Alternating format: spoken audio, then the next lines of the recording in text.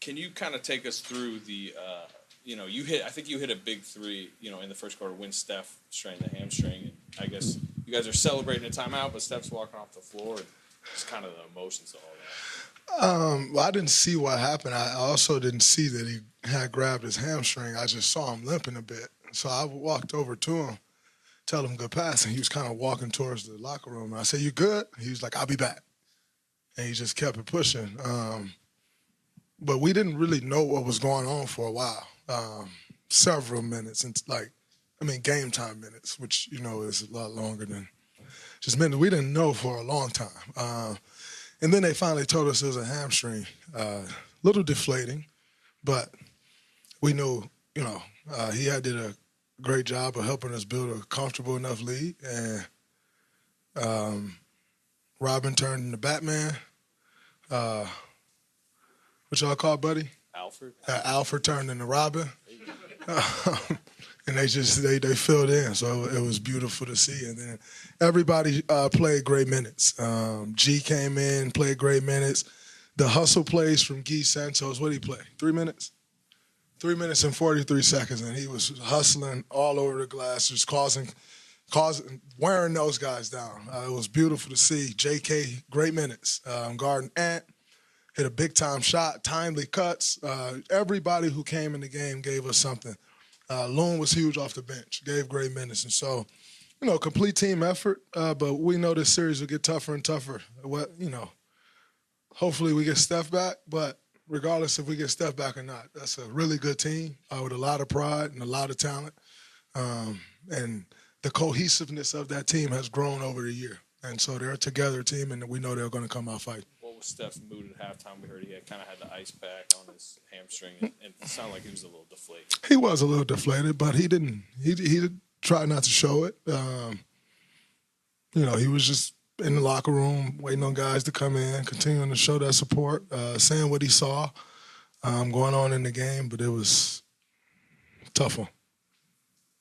You guys held Minnesota over 15 from 3 in the first half, and I just saw 88 points overall. Was there something special about defensive effort today, or just something you guys did that was extraordinary? We flew around. We made extra efforts, which was important. We know this is a very, very good three-point shooting team. And we knew that we didn't want to give them uncontested looks. They starting to hit threes, they can roll. Saw that last series. And so that's, we're not going to hold them to 5 threes every night, that's for sure. But incredible job, incredible game plan put together by CD and Stack on the defensive end. I think guys did a great job of fouling it, but I think we can be a lot better. Draymond, 18 offensive rebounds, 7 by Jimmy. How'd you play bigger than these Timberwolves? I think, just being relentless. We talked about that before the game, just like, we got out-rebounded pretty badly in the Houston series. It's not necessarily that we're going to come out-rebound this team, although we did, but we can try to cut that back some. Let's not let that be a staple, and we're trying to outplay the rebounding edge. So, the 18 offensive rebounds was huge. Loon got some big ones. But in saying that, they missed a lot of shots. And it's important that we're not giving up offensive rebounds. Rudy did an incredible job starting that game, getting offensive rebounds. And we were able to clean it up a bit as the game went on. But Rudy's a great offensive rebounder, has been his whole career. Showed that a lot in that Lakers series. So it was something that we wanted to target, focus in on. But it's a complete team effort, man. It's tough to box out Rudy and go get the ball. So our guards did a great job of coming back and cleaning up those rebounds, and then it allowed us to get out and run. You hit 4 3-pointers. How much were you channeling Steph tonight? Nah, don't put that on me. I just wanted to come out, be aggressive, and take open shots. I missed the first one, which felt very good, and the second one went. I shot the pick and pop 3. I was like, all right, that one went in. I'm gonna keep it rolling. So it was good to see the ball go through the hole, but I think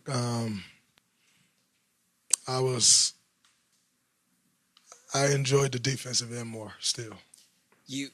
Steve said he's operating as if he's going to game plan without Steph for game 2 because of the tricky nature of a hamstring. How much falls on your shoulders for playmaking? You had 18, 8, and 6 tonight. Do you feel like you're going to have to do even more? Does your role change at all offensively without Steph? I think, I had 4 turnovers again tonight, so I think just taking better care of the ball because your margin for error shrinks dramatically without Steph. And so we'll see what Coach has in store. I'm not going to come out and be like, oh, man, I need to be Steph. Like, I can't do that. But, I may have to handle a little more. We'll see, but just play my role, play the game, honor the game plan that Coach gives us. If that's me making more plays, then I'll try to do that. But we got Jimmy Butler still, who is incredible at making plays for people. So we'll just collectively continue to move the ball, try to find open guys, and try to make the right plays. We've all seen the Jimmy Buddy dynamic, and they're both new to the team. They're just it's joking, it's laughter. But is there a competitive thing with both those guys that you see and you feel beyond the laughter, or is the laughter part of all that?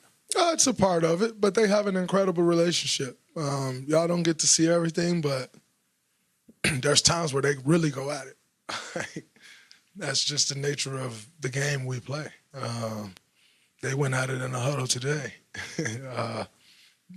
But it's great. You love to see guys engaged and, communicating back and forth to each other. But they have a great dynamic. Both of them playing great basketball for us is 2 great additions to this team this year. Raymond, you talked about how your role might be different without Steph. How much different is the offense without Steph? Because Steve's talked much about Jimmy gives you another whole sort of identity. Mm-hmm. How much do you sort of lean into that now if Steph can't play for a while? Have to, but we know what Jimmy's capable of. Jimmy's capable of carrying a team. He carried a team to a finals twice. So we won't panic. We'll figure out what that means. We have best coaching staff in the NBA. We know they'll put us in a good spot and let us know what our offense looks like without Steph if we have to go on without him. But we got full confidence in the guys that are on this team that we can make plays, we can make shots, and we know we got a guy that can make that first domino fall, and Jimmy. So we'll be all right. Steve said you guys really need a day, and he's going to give you a day tomorrow. I'm just wondering, after a pretty grueling 7-game series, how did everything feel today for you, and how much do you guys need the day off? You see me in the first half, man? Huh? You see me in the first half? You saw me bounce into that pick and pop 3? I felt. This is what I train for. This is what we all train for, to get in these situations. Beautiful thing about the NBA is you play back-to-backs all year, so getting 1 day of rest is plenty. Anytime you can get a day, it's always great for the recovery. So I think we have an incredible training and performance staff. And they've taught me, but this team, everyone, so much about your body and recovery and how to expedite that process. And so we follow their lead, led by Rick, but the performance led by DT, and just try to take advantage of all the recovery tactics that we can. But I felt incredible going out there tonight. As someone who's been through this a lot, what is it like watching some of these guys get their first, real high-pressure, high-stakes playoff moments? I know you're witnessing them kind of go through it. What is that like to watch? It's great, because it takes you back to those moments when it was your first time. I always tell people when I've had the absolute honor and some luck to win 4 championships. And the first one was incredible. Everyone after that, the most joy, or you get the most joy out of watching the guys that won it for the first time and their reaction, because it just take you back to that moment. And watching these guys go through their kind of first test in these playoffs is great, because you see who stands up, who struggles a little bit, but as a leader, it's fun because you get to coach those guys through it. You get to grab their hand and walk them through. You get to boost their confidence, if they're having a rough stretch. And so it's always a treat watching guys go through it their first time.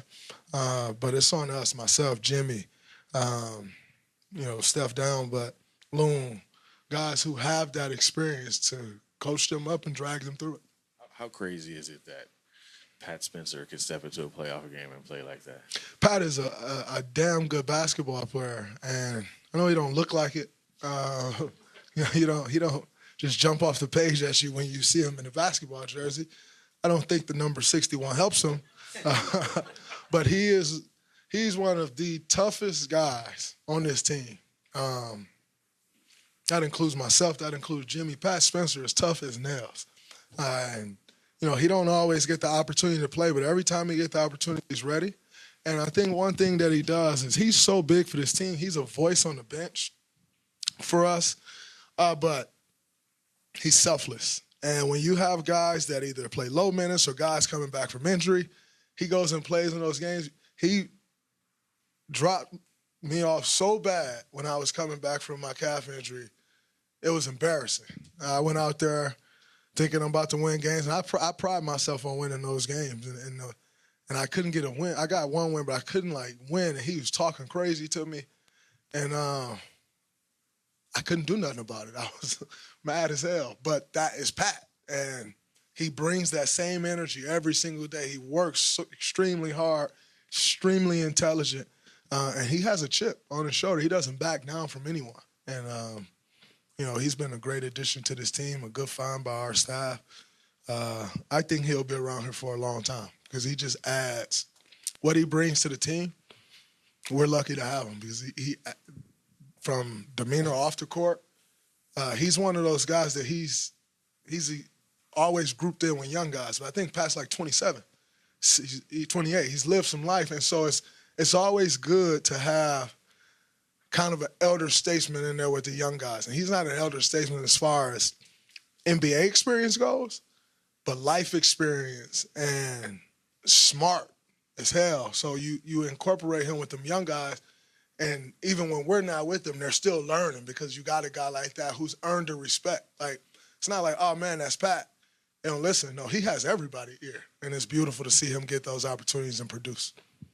Draymond, what's the mood of the team right now? I can imagine coming out there, it's like an adrenaline high. You win the game on the road, a second straight win.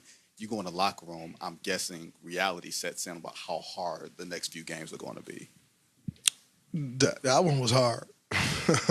They are hard games to win. Obviously, things get tougher if we got to go forward without Steph, but it's the same mission. We're trying to keep this thing going, win as many games as we can. So, I'm not going to let that reality set in right now. We'll start figuring that out tomorrow. I'm going to enjoy this win tonight, rest up, recover, and we'll get back to the drawing board. Like I said earlier, I think we got the best coaching staff in the NBA. They'll put us in a position to be successful, and it's on us to go out there and perform.